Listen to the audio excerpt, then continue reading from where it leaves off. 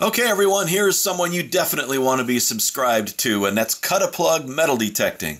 This guy's been on YouTube for quite a while now, and he's been putting some great videos up lately, and he is absolutely lethal with an e-trac in his hands. Does some great live digs, and he's also been hunting with a CTX 3030 lately too.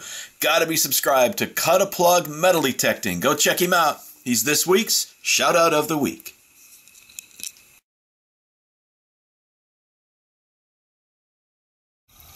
Hey everyone, it's Matt with Tar Heel Digging. Back here in the woods today, just working this old road bed. Working this back and forth real slow. A lot of signals in here. A lot of spent lead and things like that. Nothing too old yet. Till I got to here. I got a decent 1129 signal. About 4 inches down. And just pulled this out. Got us an old lantern part. And it looks like I might be able to get a patent date off the end of that. Alright, we'll clean that up. Off and running. Okay, just continuing on down the road here. Got another decent penny signal. Fairly deep. Look at that. I found another part of that lantern, huh? That's the part that holds the globe by the looks of it. Well, there's another little wick adjuster on that one too. It's in pretty good shape, really. A little bent up. Well, okay, it's mangled. Still. Cool find. Alright, on to the next. Okay guys, back in next to these foundations, and man, I'm pretty excited here. I got a nice little 1244 down there, and I'm looking for a coin. I've pulled out 2 nails so far, but then I pulled out this piece, and it looks like, I thought at first maybe it was like milk glass, but it looks like a piece of quartz that's been worked over. Like it might be Native American piece. I'm pretty sure it is. That's really cool. It'll be the first quartz point that I've found while metal detecting. It's a little banged up. It's missing the tip. Chipped up down there. That's got to be a worked over point, gang. That is cool. Alright, we'll get it home and clean it up. Nice. Okay, still at the old foundations here. I'm kind of near this old junk pile. Got a decent signal down here. Pulled out a shotgun shell, but then I saw this. And it looks like it says cola of some kind. You see that? So, I'm going to take some time and dig this out of here, see what we've got. Well, I got it out of the ground, and unfortunately, it's broken at the top. Look at this. Pepsi Cola. It says Henderson, North Carolina. That is really too bad. That's a nice little bottle. I'd love to take one of these home. I might have to poke around a little bit here, see if I can find a whole one. Awesome. Oh, that makes me sad. Well, I'm back in the middle of it here, guys. The old foundation that I've been hunting around is just right over here. But I'm on top of this mound that looks like it was pushed up years ago. And I got a pretty decent signal there. I wanted to get this on camera before I dug it. If you can hear that or not. Turn the volume up just a little bit. See if you can hear it. But those numbers too.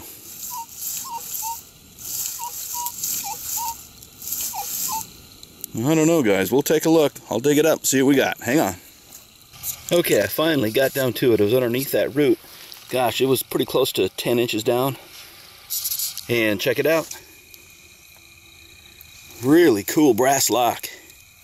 Man, this thing is heavy. I haven't even wiped it off yet. What's it say? I think it's the first. Or the Plus Ultra. But it's all brass. It's in nice shape. Probably early 1900s.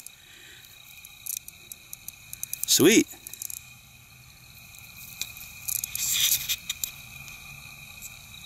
Man, I just never know what I'm going to find out here.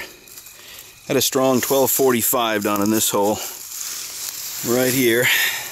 And about 5 or 6 inches down, this came out. Looks like I may have hit it with the shovel there.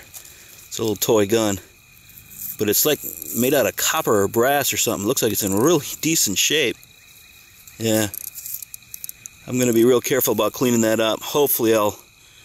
Yeah, it looks like I gave it that ding. But maybe I'll search and find the rest of this thing down there because it's in really nice shape. Feel bad that I hit it. Probably a name on it there somewhere. We'll take a look. Cool. Okay, I rechecked the hole and came out with 2 more pieces. The missing pieces from the barrel. Still a pretty nice piece though, it's going to look awesome. So you may have noticed, I don't think I've said anything yet, I've got a new coil on the e-trac today. This is the 10x5 double D from Coiltek. And the reason I picked this up is because of the closed housing. When you have a coil and the housing is open, it makes it a little lighter, yeah, but when you're detecting in the woods like this thing really coasts over top of the sticks and everything and twigs without getting hung up so much. I really like that part of it. You can see I'm moving back through here and it's really not catching on any of the sticks or twigs. I can just kind of glide it along the top of the ground. So far so good. I really like it. One thing I really like about this coil, guys, is I can slide it up underneath places and go where I can't go with the stock coil. Get back under here, back under there. Got a signal here, 1227. Oh, we'll have to dig that. We'll see what that is. Stay tuned.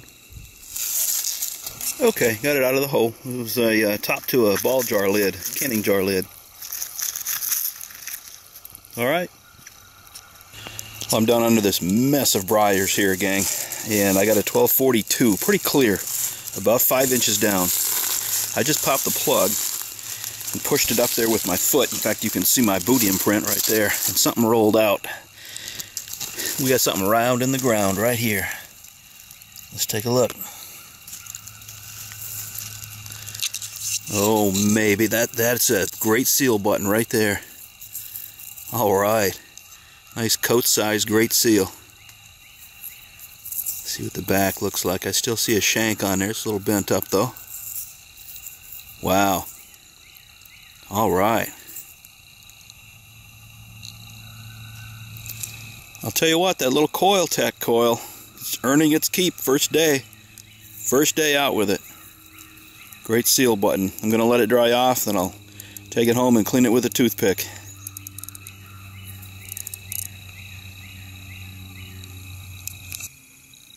Well, you ever have one of those weird days where you just never know what's going to pop out of the ground next? That was a good summary of today's hunt. I mean, take a look at this wide variety of finds we made today. It was fun, though. I had a great time out there. It was kind of a lantern part day. I got these 3 different lantern parts here. This one doesn't have a patent date on it. It just says Manhattan Brass Company. This one does have a patent date on it. I'll see if I can get you a close-up picture of that. I don't want to handle these too much.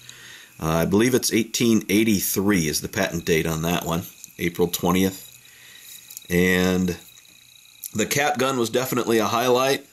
I'll get you some close-ups on that. I don't want to handle these things yet. They're kind of fragile. But it's really in decent shape. If I wouldn't have cut the barrel off. Again, real surprise find. Never know what you're going to find out there. I did get one wheat penny, and it's in really rough shape. It's toasted, but I got a date off of it. Well, the first 3 digits anyway. It's 191. So it's a teens wheatie. But it's just demolished. There's really nothing left of it. It's kind of a smoothie anyway. But anyway, that was pretty much the only coin I found. I did get this beautiful quartz arrowhead point. Some type of a Native American point. Might have been a scraper or something. I don't know. But it's missing the tip, which would have gone right here. And then a part of the base is gone too. A little chunk of the base. That's just how it looked as it came out of the hole. Really, really pretty piece. And it's very translucent. I'll give you a picture with the sun behind it. Got a really good picture of it right after I pulled it out of the ground. And then one of the highlights is this great seal button. Now, it isn't in real nice shape. It didn't clean up nearly as nice as the last one I found near those foundations. But bear in mind, this is the same location where I found that Nazi coin in my last video. If you didn't get a chance to see that, go check it out. But definitely we're dealing with a World War II vet that used to live in this area for sure. So, anyway, that was pretty much the finds for the day. A bunch of lantern parts, a couple of stray lead bullets. The cap gun, the great big lock. This thing was awesome. Look at this. Still works. Still functions. NE Plus Ultra. This is one of the first high-quality all-brass locks ever made. It was patented in the 1860s. I think this one's probably turn of the century when it was made. That'd be my guess.